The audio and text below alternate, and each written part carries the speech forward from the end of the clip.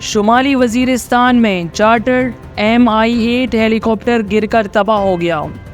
ماڑی petroleum کی جانب سے جاری اعلامیے میں کہا گیا ہے کہ شمالی وزیرستان میں ماڑی پیٹرولیم کا چارٹرڈ Mi-8 ہیلی کاپٹر گر کر تباہ ہوا۔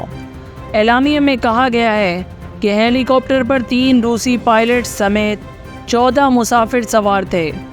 ابتدائی اطلاعات کے مطابق ہیلی کاپٹر پر سوار 6 افراد ہلاک اور 8 افراد شدید زخمی ہوئے۔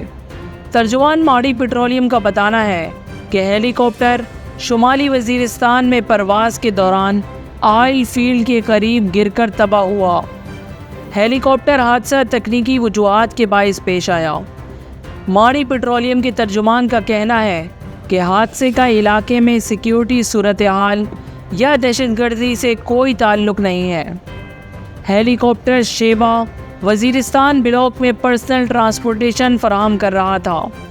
ترجمان ماڑی پیٹرولیم کا بتانا ہے کہ پاک فوج اور دیگر اداروں کی امدادی کارروائیاں جاری ہیں۔ زخمی ہونے والے افراد کو CMH تھل منتقل کیا جا رہا ہے۔ تھل سے زخمیوں کو بذریعہ ہیلی کاپٹر منتقل کیا جا رہا ہے۔